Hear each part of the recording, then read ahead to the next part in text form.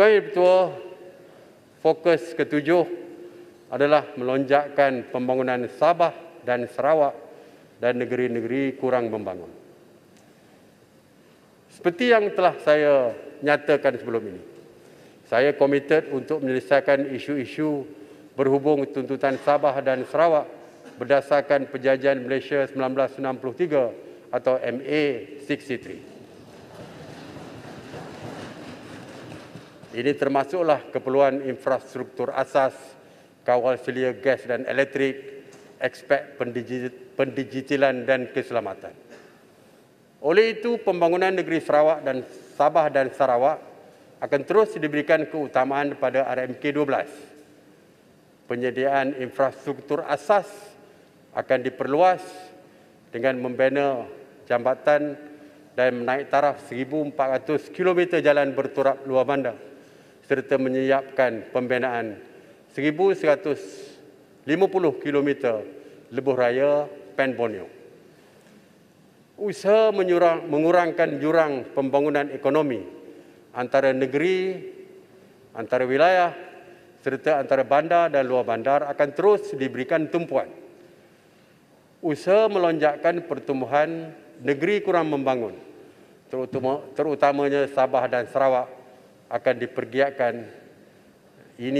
Ia bermatlamat untuk mempercepatkan pertumbuhan KDNK yang perlahan di negeri Kedah, Kelantan, Perlis, Sabah, Sarawak dan Terengganu serta mengurangkan kadar kemiskinan terutama di Sabah, Kelantan dan Sarawak.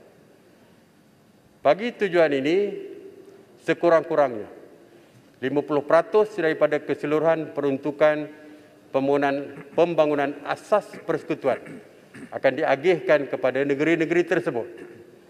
Peruntukan ini akan ditumpukan kepada penyediaan infrastruktur asas, pendigitalan, pendidikan, perkhidmatan, penjagaan kesihatan dan pembangunan ekonomi.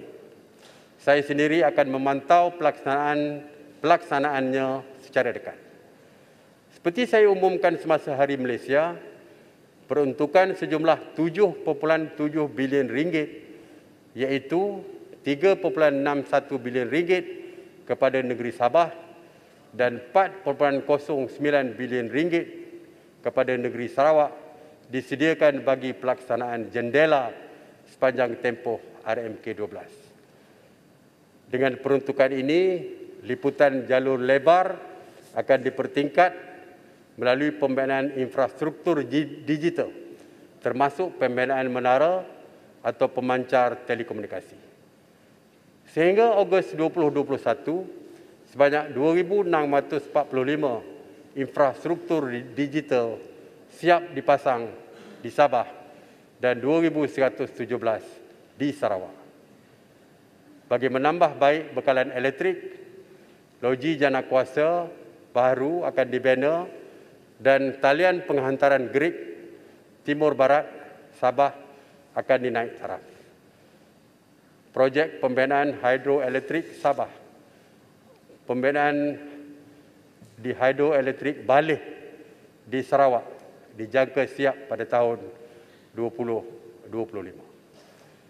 Perkhidmatan penjagaan kesihatan akan dapat dipertingkat dengan siapnya Hospital Pengajar UMS Universiti Malaysia Sabah dan Hospital Pengajar Universiti Malaysia Sarawak. Pembinaan 26 buah klinik baru akan dapat menambah baik perkhidmatan penjagaan kesihatan di klinik desa di kedua-dua negeri ini. Selain daripada itu, pembinaan rumah baru dan pembaikan rumah daif di bawah program bantuan rumah akan memberi manfaat kepada 26,000 isi rumah miskin di Sabah dan Sarawak. Bagi menjamin keselamatan dan meningkatkan hubungan ekonomi dengan Kalimantan Indonesia, pos kawalan sempadan yang baru di Manalunas, Simanggaris dan Kalabakan Sabah akan dibina, manakala kompleks ICQS Terbedu dan Serikin Sarawak akan dinaik taraf. Selain daripada itu, projek jalan dari sempadan Bekalalan Kompleks CIQ menghala ke Lawas akan dimulakan pembinaan pada tahun 2022. Dengan pelaksanaan strategi dan inisiatif untuk melonjakkan pembangunan Sabah dan Sarawak ini, pertumbuhan purata KDNK tahunan negeri Sabah dijangka meningkat pada kadar 6.5% dan pada kadar 5.3%